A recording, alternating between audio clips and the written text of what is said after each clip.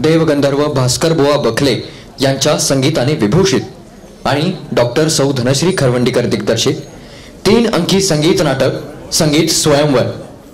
भूमिका आणि कलावंत: रुक्मी अनिकेत देऊळगावकर, शिशुपाल संकेत शाह, दिनेश्वर आणि कृतकैशिक मोहित मेहर, वक्रदंत आणि परिपार्श्वक 1 वेदांत कुलकर्णी, चंद्रेश्वर आणि परिपार्श्वक 2 अमोक पळसकर, नटी आणि स्नेहलता रिद्धी कुलकर्णी, कृतकैशिक समर्थ कोर्टीकर, लतिका ओवी सानप, कलिका अवनी पळसकर, भीष्मक महाराज डॉक्टर ऋषिकेश कुलकर्णी, महाराणी डॉक्टर धनश्री खरवंडीकर, सूत्रधार शौनक कुलकर्णी, शाल्व आणि सम्राट जरासंध संतोष खोल्लम, कृष्ण भार्गव देशपांडे आणि रुक्मिणी दीप्ती खरवंडीकर.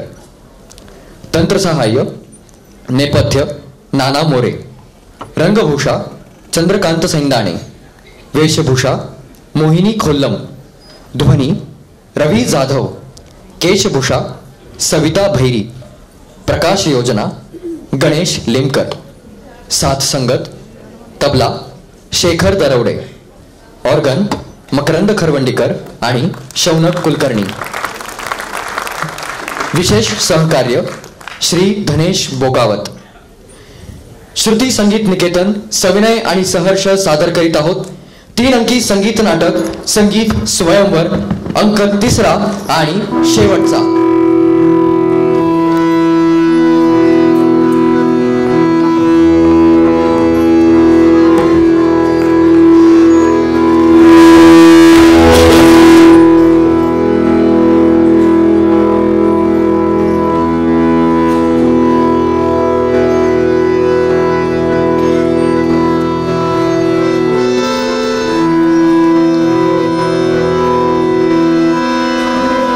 Krishna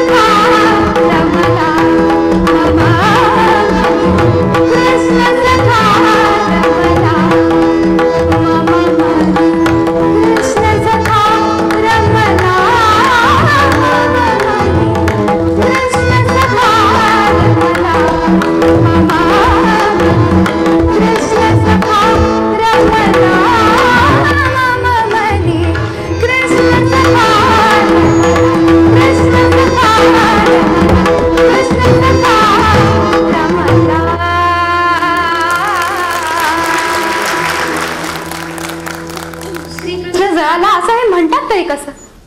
श्रीकृष्ण मला इथे फुललेला दिसतो. श्रीकृष्ण जळेलच कसा? जो प्रत्येकाचा स्वामी झाला तो मला सनात केल्याशिवाय कसा राहील? हो हो, झालेच मी सनात. ज्यावेळी तुम्ही जळाला तसं त्यांनी मला सांगितलं, त्याच वेळी मी सनात झाले. अमृताची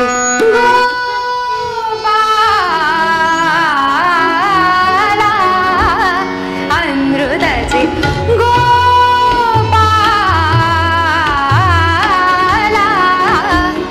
अमृताची गोपाला मृत्यू आला यशना शिशुपाला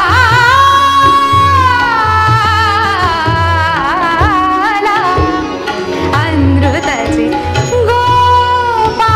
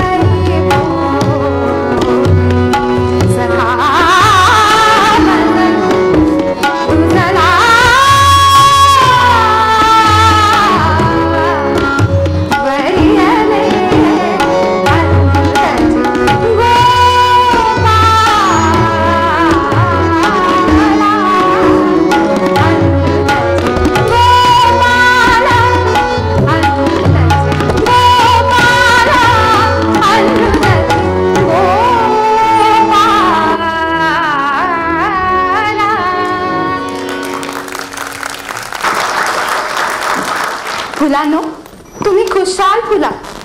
श्रीकृष्णाच्या यशाच्या फैलावाशिवाय दुसरं तिसरं कोणतं कार्य तुम्ही फुलून करणार? वायू वायू तू खुशाल वाहा. श्रीकृष्णांच्या गुणांशिवाय दुसरं कोणतं द्रव्य तुझ्यापाशी असणार?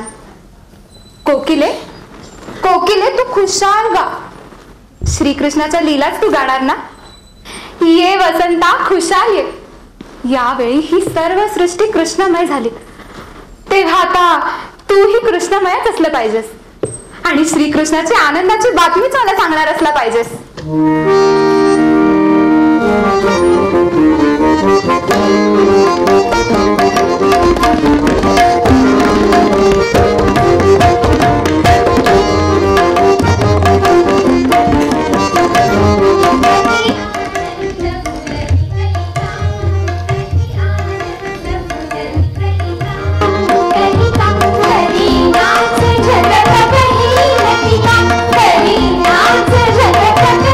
कहीं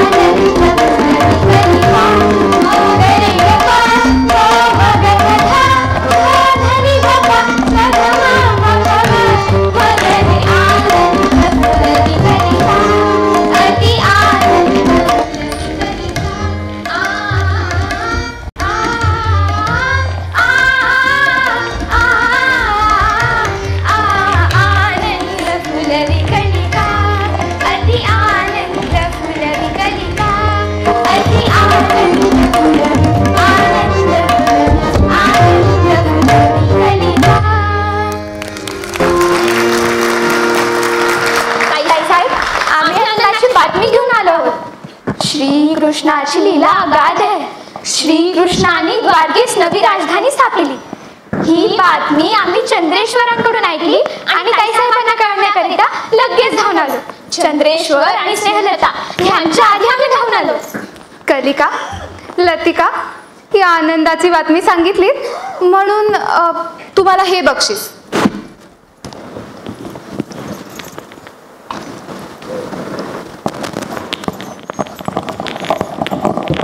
चंद्रेश्वरा, कलिका आणि लतिकेने सांगितलेली आत्ताची बातमी खरी आहे ना? हो हो, खरी म्हणजे काय. समुद्रकाठी द्वारकेत श्रीकृष्णांनी नवी राजधानी स्थापिली आणि द्वारकेतील त्या राजेंद्राच्या राज्याभिषेकास मी स्वतः हजर होतो. आणि तुमचे वडील दिनेश्वर तो श्रीकृष्ण जळाला असं सांगतात, ते खोटं ना? अगदी खोटे, सपशेल खोटे. मथुरेवर शिशुपालाने जेव्हा हल्ला केला त्यावेळी मी मथुरेतच होतो आणि बाबा शिशुपाला जवळ होते. लग्न कार्यातल्या त्या कलहामुळे लोकांच्या घरादाराची नासाडी होऊ नये म्हणून यादव अनर्थ देशच्या दक्षिणेस समुद्र तीराजवळ जायला निघाले. त्यांना वाटेत अडवण्याकरता जंगल जाण्यात आले, पण यादव निघून गेल्यानंतर जंगल जळले. पण त्यावेळी तुम्ही श्रीकृष्णाच्या बरोबर होता ना? बरोबर होतो तर. समुद्रकाठी द्वारकेची जागा श्रीकृष्णाने पसंत केली आणि शिशुपाल अंगावर चाल करून आला तर द्वारकेजवळच लढायचे असा श्रीकृष्णाने निश्चय केला. पण जरासंध, रुक्मी, शिशुपाल यांनी मथुरेस जयोत्सव करून यादव झाले म्हणून चोह कडे बुकारा केला. ताईसाहेब, काय? शिशुपाल काही द्वारकेवर चाल करून गेले नाहीत, मग? पण कालयवनांनी मात्र हल्ला केला. त्यात कालयवनांचं काय झालं? राजर्षी मुचकुंद यांनी श्रीकृष्णाला सहाय्य केले आणि धोलपूरचे डोंगरात यवनांचा तळ पडला असता जंगलाला आग लावून दिली.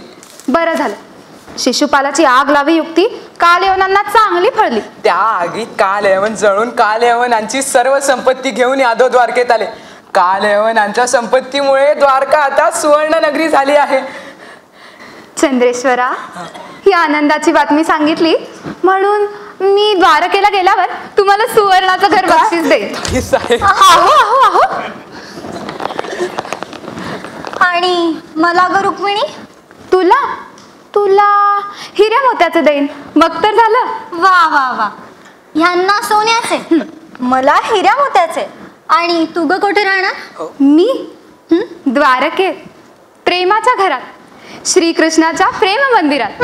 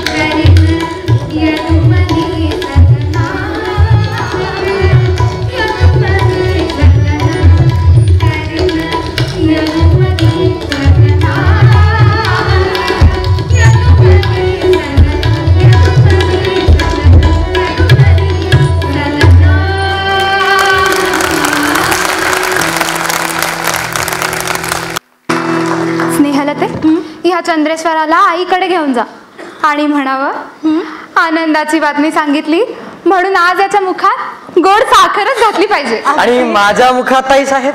तुझ्या तोंडात माती. गप्प बैस. ताई साहेब मी ही अगदी आनंदाची बातमी आणली आहे वर्तवली आहे. आता जे भविष्य मी सांगणार आहे ते ऐकून ताई साहेब कशा खुश झाल्याच पाहिजे. असं कोणतं भविष्य वर्तवलंय? अहो दुसरं कोणतं? शिशुपाल आणि रुक्मी दोघेही आत्ताच कुंडिनपुरात आले. काय? अहो स्वतःच्या डोळ्यांनी मी पाहिले. महाराजांच्या दर्शनास ते गेले आणि हे भविष्य सांगण्याकरता मी लगेच धावून इथे आलो. दिनेश्वर, ओ दिनेश्वर, आपले हे भविष्य नव्हे, आपले हे भूत पिशाच्य दुसरीकडे कुठे गाडले असते तर नसते का चालले? स्नेहाला ते मी ज्या संकटाला भीत होते तेच संकट समोर येऊन उभं राहिलं. श्रीकृष्ण, आपण इथे येण्यापूर्वी आपले शत्रू इथे कसे येऊन पोहोचले? कसे आले म्हणजे काय? अहो रथातून आले. रथातून? हो. अहो मी भविष्य वर्तवले होते. शिशुपालाच्या रथाला 4 चाके असतील. अहो आई साहेबांच्या भाषी प्रश्न कुंडली पाहून मी वर्तवतो तो शिशुपालाच्या रथाला 4 चाके आणि रुक्मीच्याही रथाला 4 चाके, शिवाय 4 घोडे. घोड्यांचा रंग कोणता, सारथ्यांचा पेहराव कसला, ध्वजा कोठे रोवली होती, खडा न खडा भविष्य बरोबर. पाहायचे सांगायचे, पाहायचे सांगायचे, पाहायचे सांगायचे, खडा न खडा भविष्य बरोबर. तुम्ही सांगायचे आम्ही ऐकायचे, तुम्ही सांगायचे आम्ही ऐकायचे, खडा न खडा भविष्य ते चुकीचंच. चल स्नेहल, आपण बाबांच्या दर्शनाला जाऊ. मला माझ्यापेक्षा बाबांचंच काय होतं याची अधिक भीती वाटते. कंसाप्रमाणे जर दादानी बाबांनाही कारागृहात टाकलं तर? ह्या दिनेश्वराप्रमाणे जर पुढचं भविष्य माझ्या मनाला आगाऊ कळलं नसतं, डोळ्यांना दिसणाऱ्या वस्तूवरच जर माझं मन खिळून राहिलं असतं, जगदंबे, ह्या दिनेश्वराची जशी सगळी भविष्य खोटी ठरतात तशीच पुढच्या गोष्टी संबंधाने माझ्या मनाला लागलेली हुरहुर तू निराधार ठरव. चल स्नेहलते. अहो ताई साहेब, अहो तुम्ही उगाच गैरसमज करून घेतलाय. माझी भविष्य सगळी मुला चंद्र्या. ताई साहेबांना तू काय सांगत होतास? माझी भविष्य खोटी ठरतात म्हणून सांगत होतास काय? नाही बाबा, मी असं काहीच नाही बोललो. तुमच्या मी असं काहीच नाही बोललो. मग मी फक्त बोललो की काय श्रीकृष्ण खुशाल आहेत. हा, बाकी काहीच नाही. खुशाल आहेत म्हणून खुशाल सांग, कारण ते खुशाल नाहीत असे मी भविष्य वर्तवलेच नाही. अहो त्यांनी द्वारकेस नवी राजधानी स्थापिली. स्थापिली असेल, त्यांनी द्वारकेस नवी राजधानी स्थापिली नाही असे मी भविष्य वर्तवलेच नाही.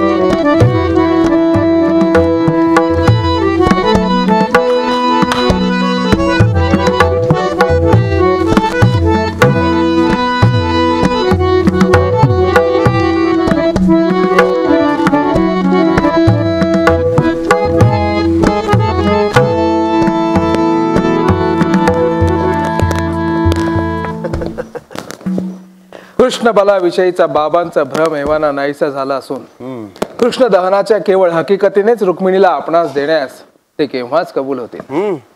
आपण 10 महिन्यातच कुंडीनपुरास परत आलो म्हणून सर्वच कसं विस्मय वाटत असेल नाही? होय शिपाल महाराज, गेल्या हिवाळ्यात सर्व जुनी पाने गळून पडली असून आजच्या या वसंत काळचे आरंभी नवी पाने जुन्या वृक्षांनाही आली आहेत. त्याचप्रमाणे बाबांच्या मनातील जुने विचार आता गळून पडले असतील आणि आपल्या विषयीच्या नव्या अंकुराला जोर आला असेल. आपण म्हणता तसेच झाले असेल. हो झाले असेल काय? झालेच आहे. हे पहा, महाराज येत आहेत, महाराणी सोबत. त्यांच्या चेहऱ्यावर मला माझ्या विषयीचा पूर्वीचा तिटकारा दिसत नसून आपले स्वागत करायलाच ते उत्सुक दिसत आहेत.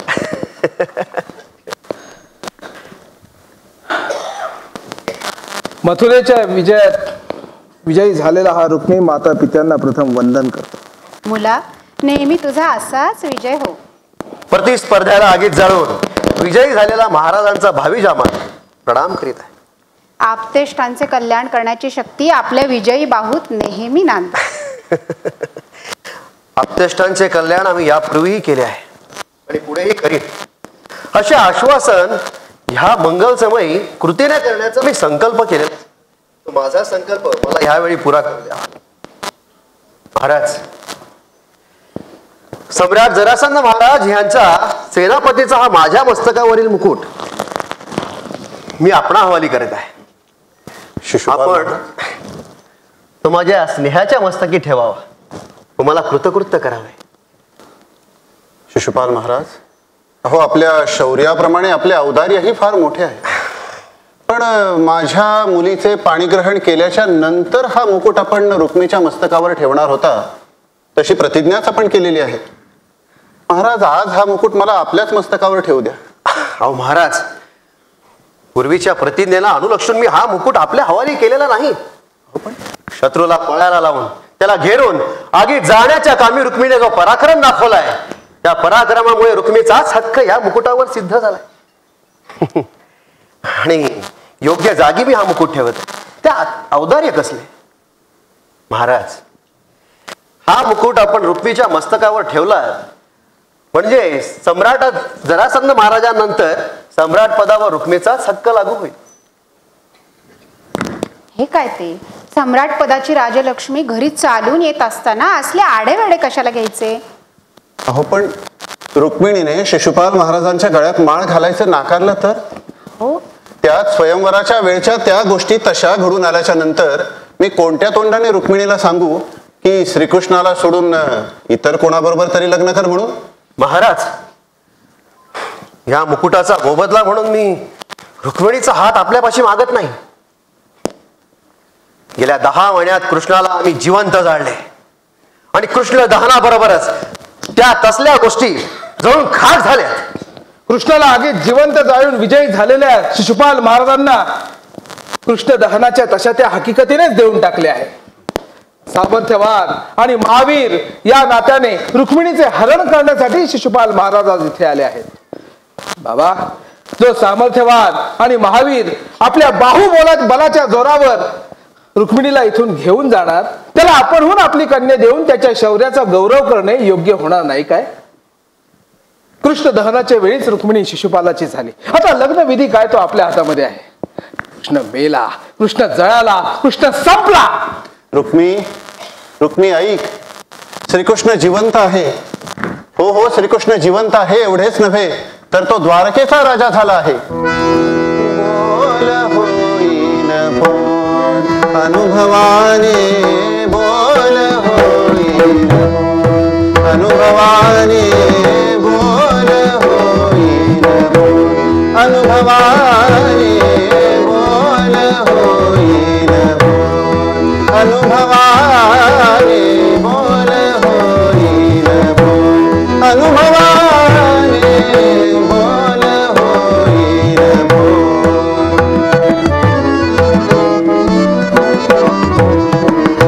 अनुभवाने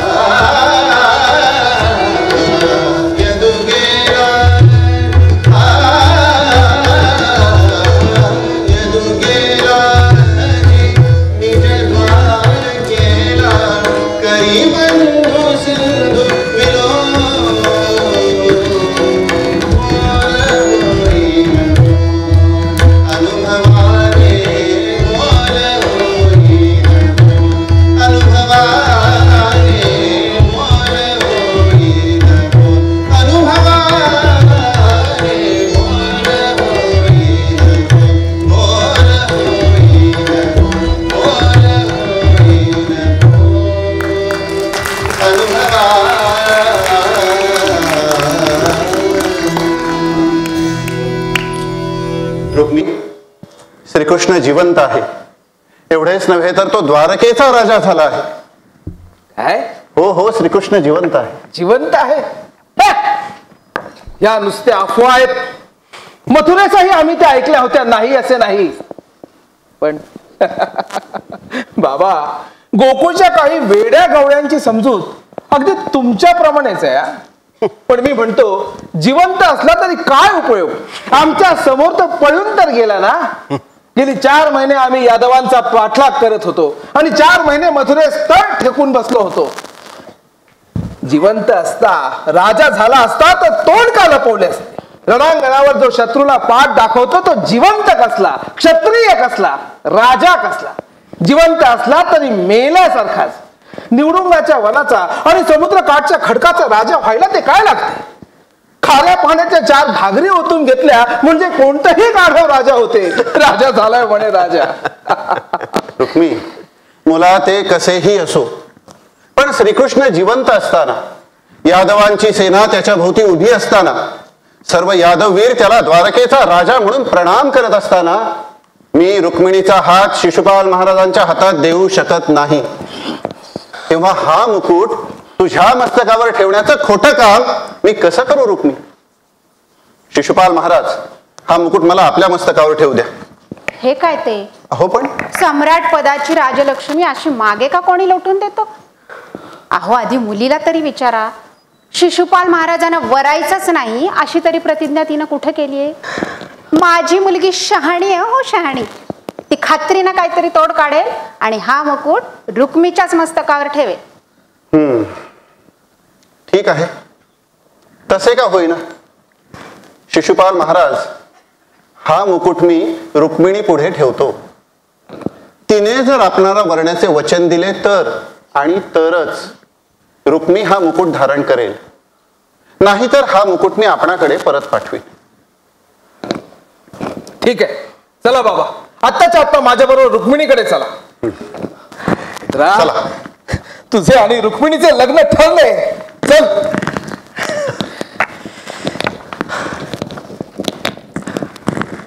आता लग्न ठरायला आडकाठीच राहिलेली नाही. रुक्मिणीने तो मुकुट पाहता की तेव्हाच रुकार देईल. बायकांची जात लहानापासून थोड्यापर्यंत एक नमुन्याची. मुकुट पाहून आईप्रमाणे मुलगी ही वळलीच पाहिजे.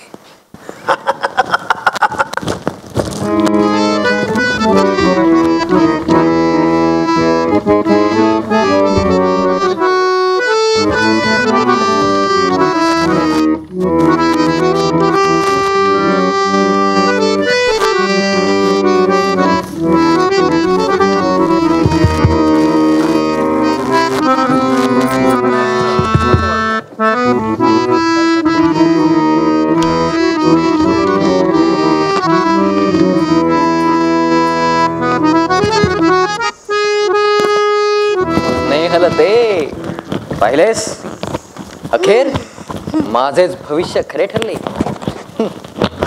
ग्रहांचा तडाखा हा असा आहे.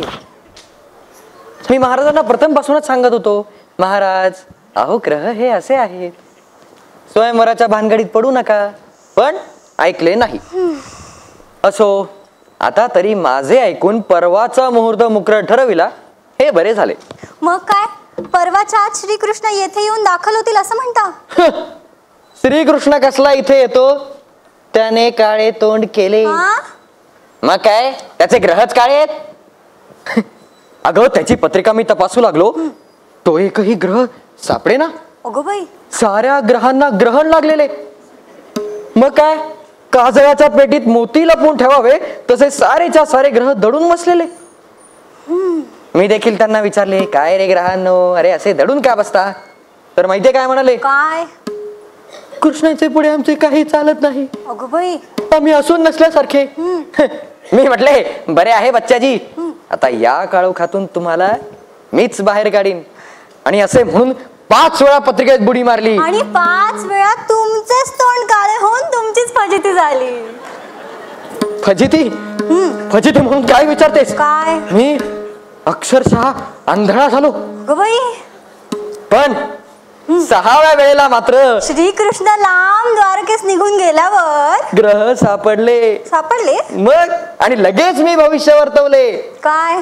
परवाच्या दिवशी गोरज मुहूर्तावर रुक्मिणीचे लग्न होणार श्रीकृष्णाशी. असंच ना?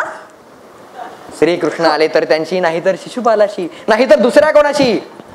पण रुक्मिणीचे लग्न आता थांबत नाही हे मात्र ठाम ज्योतिष. परवाच्या पुढे लग्न नाही ना जाणार महाराणी साहेब?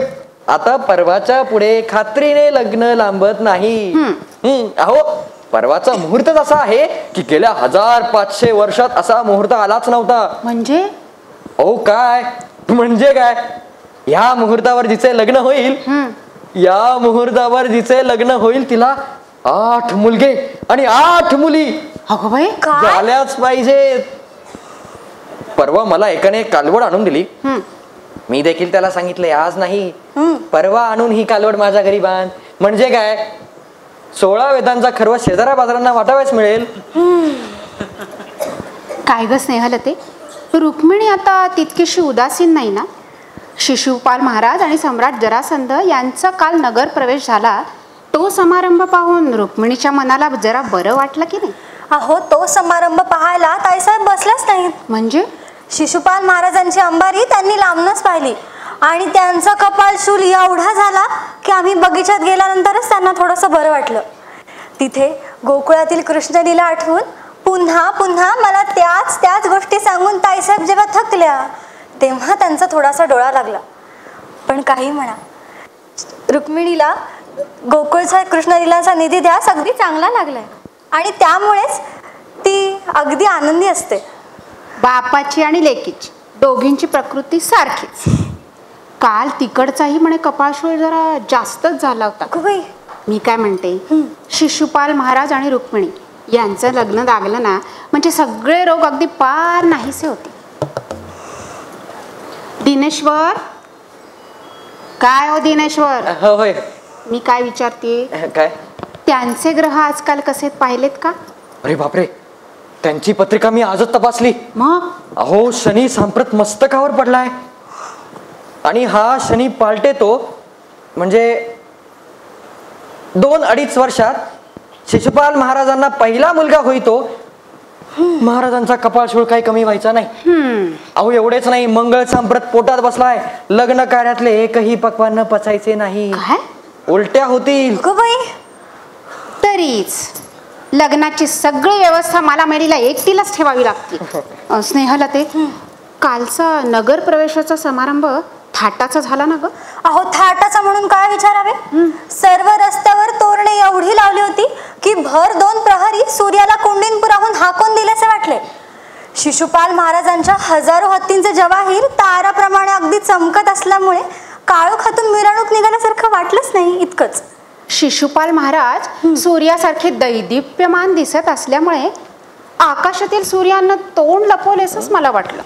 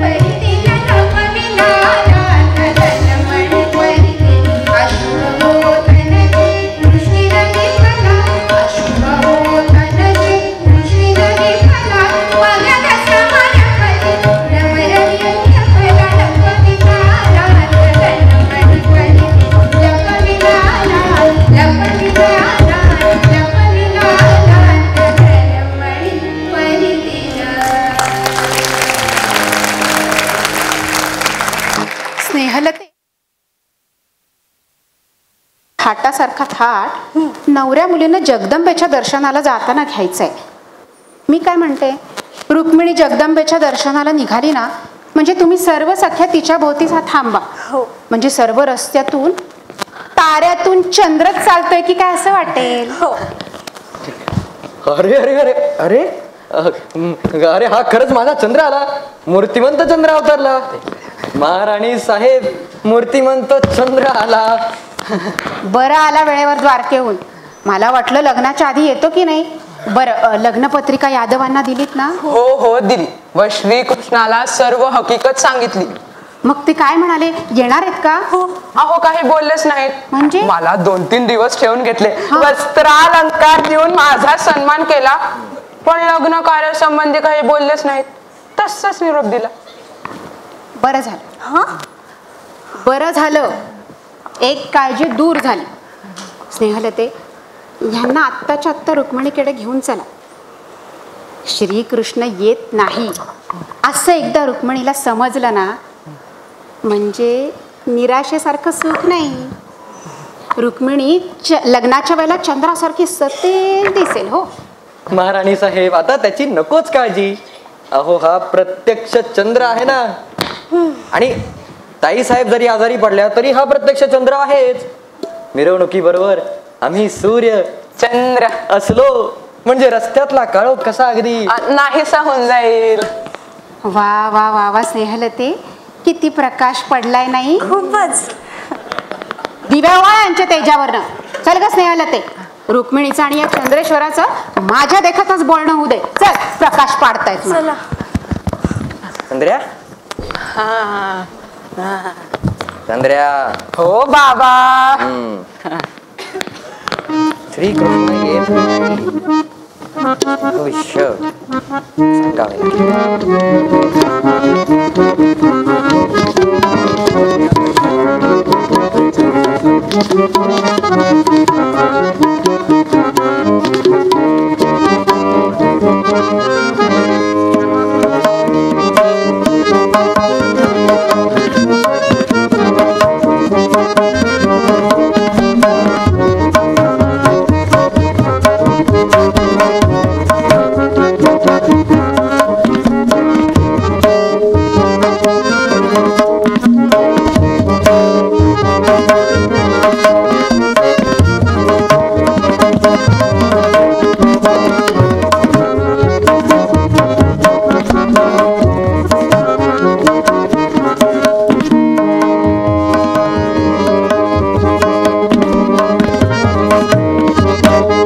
माझ्या महाला सभोवच्या बगीचातून मी एकटीच बाहेर पडले. आता मनाला कसं अगदी मोकळं वाटलं. माझी मी स्वतंत्र आहे असं वाटलं. खरंच गोकुळ म्हणजे दुसरं वैकुंठच समजलं पाहिजे. ते द्वारकेला राहायला गेले तेव्हा आता गोकुळात राहून एखाद्या गवळणीप्रमाणे त्यांची सेवा करायची माझी हौस आता कशी पूर्ण होणार. देवा, आपलं लग्न झाल्यावर की नाही आपण काही काळ द्वारकेत राहायचं गडे. मी की नाही डोक्यावर घागर घेऊन यमुनेचं पाणी भरून आणीन. घागर काही मला जड व्हायची नाही. आपल्या पदचिन्हांनी पुनीत झालेल्या यमुनेच्या नाजूक वाळूवर चालताना श्रम कोणाला होणार. पण मी साफ सांगते, हा खडा मारायचा झाला तर तो माझ्या हातावर न मारता घागरीवर मारायचा. पण तसंही नको. खड्यानी घागर फुटून मी अशी ओली चिंब झालेलं मला नाही बाई आवडायचं. निदान मी रागवले तर माझ्याकडे असं हसत हसत नाही बघायचं. हे हो काय, खड्यानी घागर फोडून मला अशी ओली चिंब करून किती वेळ माझ्याकडे असं बघत बसायचं. किती वेळ अशी ओली त्याने इथे उभी राहून इतर गवळी गवळणी जमले म्हणजे मग ही रुक्मिणी जरी गवळण झाली असली तरी मूळची राजकन्या आहे. मला नाही बाई इतकं निर्लज्ज होता येत. रूपकन्या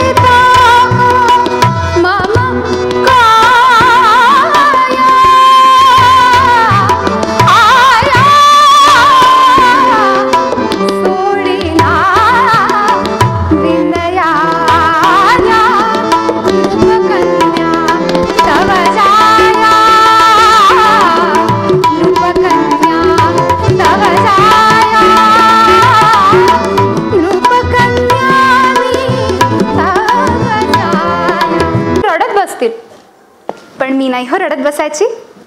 तुमची घरची सगळी कामं मी करीन. दूरवर गेलेल्या गायींना मी गोशाळेकडे परतवून आणीन. मी गायींचं दूध काढीन आणि कंसवत करून आपण परत येताच तो दुधाचा पेला आपल्या समोर धरीन. या गायींनो या, तुमच्या दुधावर पुष्ट झालेले वीर दुष्ट कंसाचा संहार करून आता इकडेच परत येतात. या युद्धातला शीळ आता तुमच्या दुधाशिवाय दुसऱ्या कशानेही नाहीसा होणार नाही. वैरी मारायाला,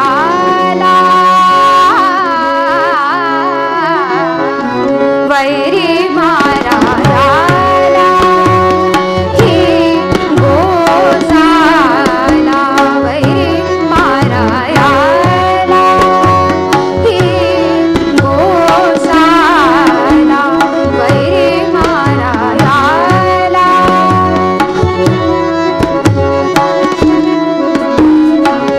प्रमुदित माता,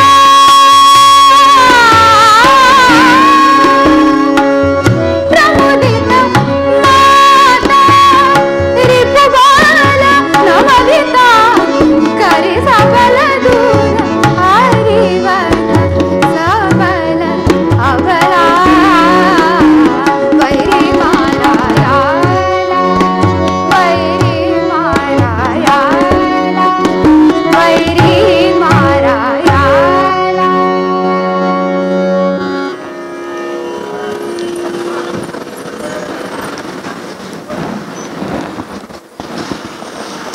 अगं बाई, हा काय चमत्कार! ह्या गायी तर खरोखरच माझ्या सभोवती जमल्या. खरंच गोकुळाच्या या देखाव्याने मी कृष्ण लीलेत अगदी तल्लीन झाले. बरोबर आहे, त्यांच्या नावाचंच एवढं महात्म्य असलं पाहिजे. पण बाई, मी आता दूध कसं काढू? आईनी मला पुष्कळ शहाणी म्हणलं खरं, पण मला दूध कुठं काढता येतं? आणखी एखादं गाणं म्हणू का? पण आणखी काही गोळा होतील. तितक्या सगळ्यांचं दूध कोण काढणार?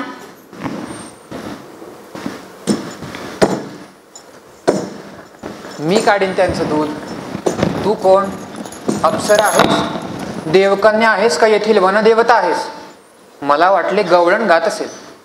गाण्याने गायी जमा करणाऱ्या गवळणी पृथ्वीवर आहेत. एक माझ्या ओळखीचे आहे. आज दुसरीचे दर्शन होत आहे म्हणून पुढे आलो.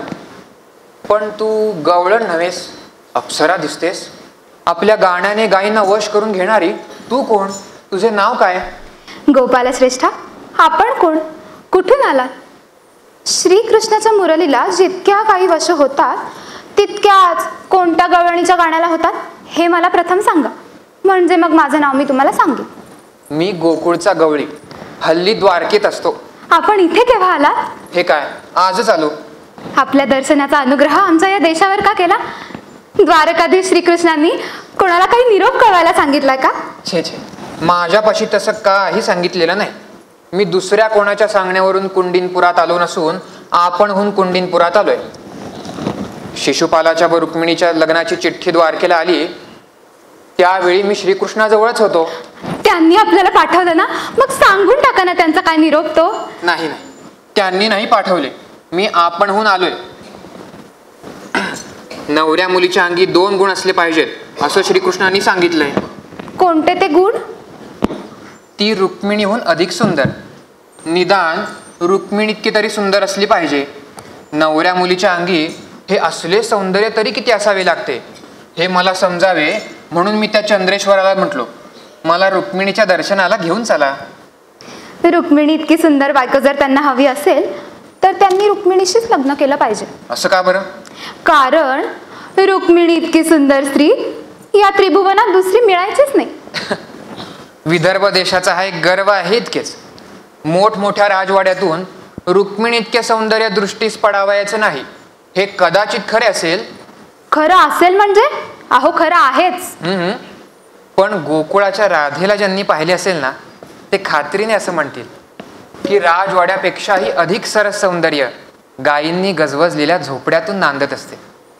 मी रुक्मिणीला पाहून येणार आणि राधेहून ती अधिक सुंदर नाही असे मला वाटले की मी सर्व गवळांच्या झोपड्या पाहणार आणि श्रीकृष्णाची बायको शोधून काढणार. माझ्या शेजारी जर राधेला उभी केली तर मी अधिक सुंदर दिसेन की राधा? माझ्यासारख्या म्हाताऱ्याला राधा अधिक सुंदर दिसेल, पण श्रीकृष्ण सारख्या तरुणाला मी अधिक सुंदर दिसेल. बरं झालं, माझ्या मनातली भीती तुम्ही अगदी दूर केलीत. पण नवरी मुलगी पसंत करण्याची दुसरी अट कोणती हे मला आता लवकर सांगा बरं. श्रीकृष्णाची अट नवरी मुलगी रुक्मिणीहून अधिक सुंदर पाहिजे. तर दुसरी अट श्रीकृष्णाची नाही, मग राधेने ती अट घातलेली आहे. राधेनी काय म्हणून? राधेने काय म्हणून? हो काय म्हणून? अगं श्रीकृष्ण राधेच्या हातातलं बाहुलं आहे ग, बाहुलं. काय? श्रीकृष्ण राधेशिवाय श्रीकृष्णाच्या घरचे पानही हलत नाही. राधेने सांगितले की रुक्मिणीहून कुरूप मुलगी असली तरी चालेल, पण सौंदर्यापेक्षा हा दुसरा गुण तिच्या अंगी असलाच पाहिजे. एक वेळ श्रीकृष्ण कुरूप मुलगी पत्करेल, पण राधेची हट त्याच्या हातून मोडवणार नाही, कारण श्रीकृष्ण राधेच्या हातातलं बाहुलं आहे ग, बाहुलं. राधा राधा राधा अशी कोण ही राधा? त्यांच्यावरही हुकमत चालवणारी अशी कोण ही राधा? राधा कोण? हो कोण? राधा श्रीकृष्णाचा गुरु. काय काय काय काय काय म्हणाला? राधा श्रीकृष्णाचा गुरु. गुरुच ना, मग काही हरकत नाही. शिशुपणीचा गुरु, कुमारावस्थेची जोपासना करून तारुण्याला कल्याणप्रद वळण देणारा गुरु. गुरु सुरस गोकुळी, गुरु सुरस गोकुळी, गुरु सुरस गोकुळी, गुरु सुरस गोकुळी. राधिका मिरविली, राधिका मिरविली, कृष्णा जवळी बाळी, कृष्णा जवळी बाळी. गुरु सुरस गोकुळी, गुरु सुरस गोकुळी, गुरु सुरस.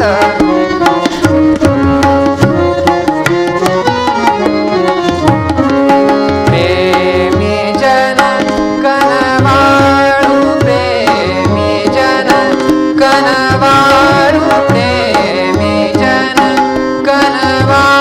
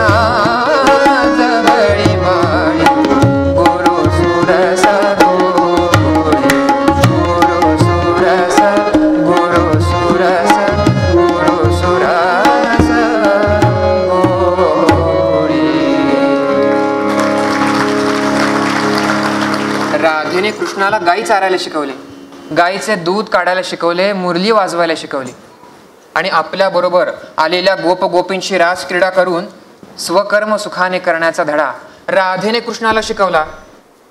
गोपगोपीत्व गोशाळेत अशा रीतीने श्रीकृष्णाचे मन तल्लीन झाले असताना स्वकीयांचे रक्षण करण्याकरता गोवर्धन सांभाळून धरण्याच्या व काल्यामर्दन करण्याच्या साहसाला राधे प्रोत्साहन दिले आणि कंसवध तुझ्या आटोक्यात आहे असे कृष्णाला सांगून रणभूमीवर निशंक संचार करण्याची धमक राधेने कृष्णात उत्पन्न केली. असं श्रीकृष्णाकरिता तुम्ही ज्या नवऱ्या मुली पाहत आहात त्यांनी राधेला सासूबाई म्हणूनच नमस्कार केला पाहिजे, असंच ना? नुसतं सासूबाई म्हणून नव्हे मग? तर गुरु म्हणून राधेच्या पायावर डोकेच ठेवले पाहिजे. श्रीकृष्णाने सर्व गोपगोपींना तशी आज्ञाच केली आहे. महत्वाकांक्षी पण निर्लोभ, साहसी पण संतुष्ट, लढणाऱ्या पण कुरवाळणाऱ्या प्रेमळ पुरुषार्थाचा उपदेश राधेने कृष्णाला केलाय. म्हणून द्वारकेस कायमची वस्ती करण्यास जाण्यापूर्वी श्रीकृष्णाने सर्व गोपगोपींना विनंती केली, काय? माझी आठवण होऊन माझे नाव उच्चारावेसे जर तुम्हाला वाटले तर अगोदर माझ्या गुरुचे म्हणजेच राधेचे नाव उच्चारित चला. गोकुळात सर्व गोपगोपी आजकाल राधा कृष्ण ह्याच नावाने कृष्णाला संबोधित असतात. अगं बाई, हा गुरु प्रेमळ खरा पण भारी काटेकोर दिसतो. तो असायचाच. पण नवरी मुलगी पसंत करण्याची राधेची अट कोणती हे मला आता अगदी लवकर सांगा. गोकुळातून द्वारकेकडे जाताना श्रीकृष्णाने राधेला विनंती केली, काय? गोकुळ, वृंदावन किंवा मथुरा येथे असताना तुझ्या सहवासामुळे माझ्या गूढपणाच्या हातून चूक झाली नाही, पण पुढील आयुष्यात माझ्या शेजारी नेहमी कोण राहील, मला नियंत्रित कोण करील? त्यावेळी राधेनेच सांगितले, काय? मी सांगते तसल्या नवऱ्या मुलीशी लग्न कर, आहो, म्हणजे तुझे तारुण्य कल्याणाच्या मार्गापासून ढळणार नाही. पण त्यावेळी रुक्मिणीशी लग्न करण्याचा श्रीकृष्णाचा निश्चय झालेला होता. हो ते खरे, पण राधेने सांगितले ना. राधेने सांगितलं. असं काय सांगितलं हो राधेनी? हेच की रुक्मिणी असो वा दुसरी कोणतीही राजकन्या असो, द्वारकेच्या राजाच्या पट्टराणीचा मान, राधेचे व्रत पाळण्याची शक्ती ज्या मुलीच्या अंगी आहे अशाच मुलीला मिळाला पाहिजे. राधेचे व्रत प्रेमाचे, सर्व विश्वावर अकृत्रिम प्रेम करणारा राधेचा स्वभाव आणि श्रीकृष्णाच्या चरित्रात बेहोशपणे स्वतःला मिसळून घेऊन गोकुळ आनंदित करणारी राधेची वृत्ती. श्रीकृष्णाला राधेच्या त्या प्रेमळ शक्तीचा पारच लागेना. त्यावेळी त्याने राधेलाच विचारले, काय? की काहीतरी बाहेरची खूण मला सांग, म्हणजे मला माझी पट्टराणी ओळखण्यास बरे पडेल. अहो, तीच खूण कोणती हे मला आता लवकर सांगा बरं. जिच्या गाण्याला मोहित होऊन गायी सभोवार जमतात. काय काय काय काय काय म्हणाला? जिच्या गाण्याला मोहित होऊन गायी सभोवार जमतात तीच नवरी मुलगी तुझी पट्टराणी होणार असं राधेनं कृष्णाला सांगितलंय. मग मग मग मीच होणार श्रीकृष्णाची पट्टराणी. हो हो, मीच होणार. ह्या गायी साक्षी आहेत, ही गोशाला साक्षी आहे, आपण साक्षी आहात. मीच श्रीकृष्णाची पट्टराणी होणार. हो हो, मीच होणार. चला, तुम्ही मला आत्ताच्या आत्ता द्वारकेकडे घेऊन चला आणि त्यांना सांगा हीच तुमची पट्टराणी, मी राधेची शिष्यण. राधेचं प्रेम माझ्या अंगात संचारलेलं. राधेच्या प्रेमाने नटलेल्या या नवऱ्या मुलीहून रुक्मिणी काय अधिक सुंदर दिसणार आहे. चला चला, आपण आत्ताच्या आत्ता द्वारकेकडे जायला निघूया. नाही. काय नाही म्हणता? नवऱ्या मुलीची टेहळणी करण्याचं काम तेवढं मी पत्करलंय. मला काही तुला बरोबर घेऊन जाता येणार नाही. हो पण हा, आता अशी एक नवरी मुलगी आहे एवढी बातमी मी श्रीकृष्णाला देईन इतकेच. टेहळणीहून अधिक काम मी जर केले तर श्रीकृष्णाला राग येईल. नाही हो, ते काही रागावणार नाही. न्याच मला आपल्या बरोबर द्वारकेला. अगं पण तू कोण, तुझे नाव काय? ज्याचे नाव गावच मला माहित नाही अशा नवऱ्या मुली पळवून न्यायला का मी आलोय? कोणी तुम्हाला म्हणणार नाही तुम्ही मला पळवून नेलत म्हणून. आणि ज्यांना माझं दुःख ठाऊक आहे ते कोणी म्हणणार नाहीत मी पळून गेले म्हणून. मी श्रीकृष्णाची पट्टराणी होणार हे खास. मग तुम्ही मला माझ्या नवऱ्याकडे का नेत नाही? स्वतःच्या घराकडे स्वतःचा नोकर बरोबर घेऊन जाणं याला का कोणी पळून जाणं म्हणेल? आता आपण द्वारकाधीशाच्या पट्टराणी होणार तेव्हा मी आपला नोकरच. मग मला माझ्या मालकिणीचे नाव गाव तरी नको का समजायला? अहो, मी दुसरी तिसरी कोण? रुक्मिणी रुक्मिणी म्हणून म्हणतात ना, तीच मी. खरं की काय? हो, मलाच वरण्याचं वचन श्रीकृष्णाने दिलंय. श्रीकृष्ण जर इथे आले असते पण नाही आले, तुम्ही आलात. द्वारकाधीशाची पट्टराणी विदर्भ देशी राजकन्या ही रुक्मिणी तुम्हाला आज्ञा करते. आत्ताच्या आत्ता मला द्वारकेकडे घेऊन चला. श्रीकृष्णांच्या पायांचं दर्शन झाल्याशिवाय मी कुंडीनपूरचा राजवाडा पुन्हा पाहणारच नाही. राजकन्ये, तुझे श्रीकृष्णावरील प्रेम निस्सीम खरे. शिशुपालाच्या आणि तुझ्या लग्नाची चिठ्ठी द्वारकेला आली त्यावेळी कुंडीनपूरला धावून जावे किंवा कसे असा संशय कृष्णाला आला. मी द्वारकेस परत गेल्यावर कृष्णाला कळवीन की कुंडीनपुरास धावून जाऊन रुक्मिणीचे हरण करण्याचा विचार करीत असताना मनात शंका येऊ दिली. हे त्याने मोठे पातक केले. पण आता तुला द्वारकेकडे नेण्याचे साहस मला करता येणार नाही. माझी वृद्धावस्था आणि हे साहस मला नको. रुक्मी व शिशुपाल. अहो, यात साहस कसते? तुम्ही माझे वाटाडे व्हा म्हणजे झालं. मी सर्व संकटातून पार पाडून नाही. श्रीकृष्णाच्या प्रेमाचं कवच माझंच नव्हे तर तुमचं रक्षण करण्यालाही अगदी समर्थ आहे. असं म्हणतेस? राजकन्ये, तुला पाहिजे तर तू एकटी जा. मला हे साहस नको. बरं, जाते मी एकटीच. मला वाटाड्याची जरुरी नाही. प्रियकर जवळ असल्यावर प्रेम आंधळ असतं, पण प्रियकर दूर असल्यावर प्रेमाचं इतकं डोळस जगात कुणीही नाही. मी एकटीच जाते. एकटी जा. श्रीकृष्णांच्या पायांची शपथ घेऊन सांगते, त्यांचं दर्शन झाल्याशिवाय मी माहेरघर पुन्हा पाहणारच नाही. अशी आत्ताच शपथ घेतलीये. नाही ना येत माझ्या बरोबर? नाही येत. नका येऊ.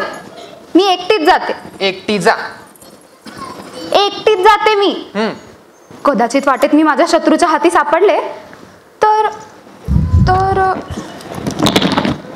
तर ही माळ त्यांना द्या. ही माळच त्यांना सांगेल, त्वरा करा नाथा, त्वरा करा नाथा,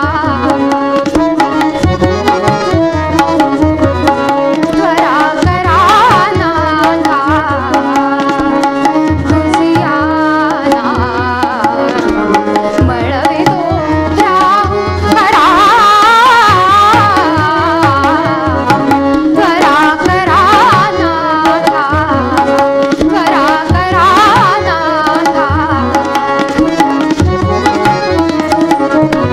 त्वरा करा नाथा, तुझी आना मळवितो राहू खरा.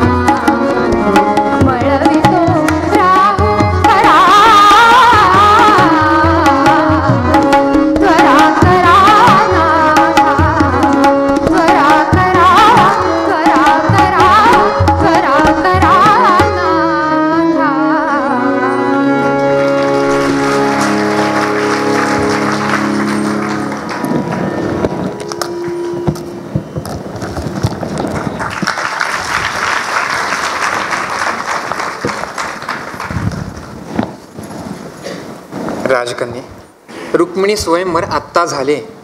तू या वेळेपासून या द्वारकाधीशाची पट्टराणी झाली आहेस. प्राणनाथ, विदर्भ देशी राजकन्या आपली पट्टराणी झाली नसून आई बापाचं घर सोडून आलेली एक गरीब गवळण आपण यावेळी पट्टराणी केली. असल्या गवळणीची सेवा केल्याने राजकन्यांचा उद्धार होईल. गोपाल, अहो धावा धावा धावा. नगराकडे जायच्या गायी नगराकडे न जाता गोशाळेकडे धावा देत आहेत. लवकर पुढे या आणि गायीच्या खिल्लारांना अडवून धरा. गोपाल, धावा धावा धावा. महाराज, माझ्या गाण्याला मोहित होऊन 4 गायी सभोवती जमल्याने स्वर्ग मला 2 बोटं उरल्यासारखा झाला खरा. पण आपण नुसते प्रकटल्याबरोबरच नगरच्या सर्व गायी इकडेच धावून येऊ लागल्या. सौंदर्याचा आणि कर्तृत्वाचा सर्व अहंकार ह्या पायांच्या दर्शनाने अगदी गळून पडतो. रुक्मिणी, हे गोपाळ आता जवळ येत चालले आहे. येथे आता उभे राहण्याची सोय नाही. चल, माझा पुढचा बेत तुला सांगून तुझ्या महाला सभोवरच्या बगीच्यात तुला नेऊन सोडतो. ह्या वाटाड्याचे मागोमाग असे यावे राणी साहेब.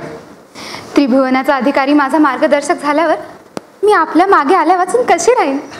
चल.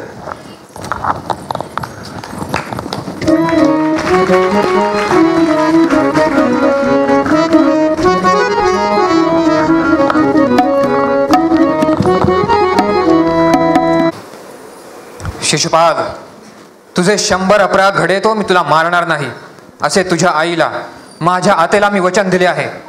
आणि एवढ्याच करता तुला आज मी जिवंत सोडित आहे. पण रुक्मी, तुला जिवंत सोडण्याचे काहीच कारण नाही. तुझ्या साध्वीचा छळ केलास, तुझ्या बापाला कैदेत टाकण्यास तयार झालास. असल्या पापाचा पक्का नाश मृत्यूशिवाय दुसऱ्या कोणत्याही मार्गाने होणार नाही. रुक्मी, जीवदान मागत असलास तरच मी तुला जिवंत सोडतो. जीवदान? वैर्यापाशी जीवदान मागणे आणि मरणे या दोन्ही गोष्टी मला सारख्याच आहेत. कृष्णा, उलट मी तुला असे बजावतो की जर काही काळाने मला तुझ्याशी वैर करावेच लागले तर ते व्रत मी कडकडीतपणाने पाळण्यास चुकणार नाही. महाराज, मी माझ्या भावाकरता जीवदान मागते. ताई, ताई, तुझी ही विनंती मला मृत्यूहूनही असह्य होते. कृष्णा, मी तुझा ह्या पूर्वी देखील वैरी होतो, आजही वैरी आहे आणि पुढेही वैरीच राहणार. याचे हे बोलणे ऐकले म्हणजे माझा क्रोध अनिवार्य होतो. रुक्मिणी, ह्याला ठार मारलेच पाहिजे. महाराज, आपण सामान्य जनांसारखे का वागता? आपलं चरित्र लोकोत्तर आहे. प्रेमाच्या वेळी मृत्यूला दूरवर थोपवून धरण्याचं सामर्थ्य आपल्या अंगात आहे. वीरांची शक्ती कशा करता आहे? प्रेमाचं साम्राज्य पृथ्वीवर पसरावं म्हणूनच ना. विवाह संबंधाने जर हे युद्ध उपस्थित झालं नसतं तर आपल्यापाशी शब्द टाकला नसता.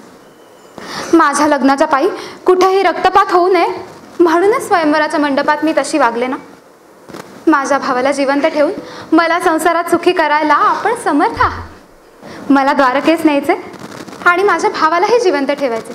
ही दोनही कामे पुरुषोत्तम सोडून दुसऱ्या कोणाच्या हातून पार पडणार? पुरुषोत्तमा, माझ्या भावाला जीवदान देऊन आपल्या या अर्धांगीला सुखी करा. रुक्मिणी, तू माझी अर्धांगी शोभतेस, किंबहुना माझ्याहूनही तुझे महात्म्य अधिक निर्मल आहे. रुक्मी, शिशुपाल, जा, तुम्हाला जिवंत सोडले आहे.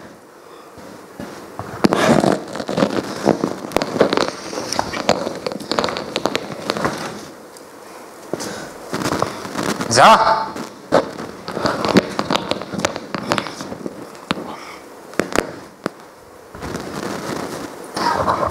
रुक्मिणी, या विजयाच्या वेळी मी तुझे आणखी कोणते प्रिय करू ते सांग. प्रसन्न झालेल्या पुरुषोत्तमाच्या पायापाशी माझा आता एवढाच मागणं आहे. पुरुष शक्ती जोडावी, पुरुष शक्ती जोडावी.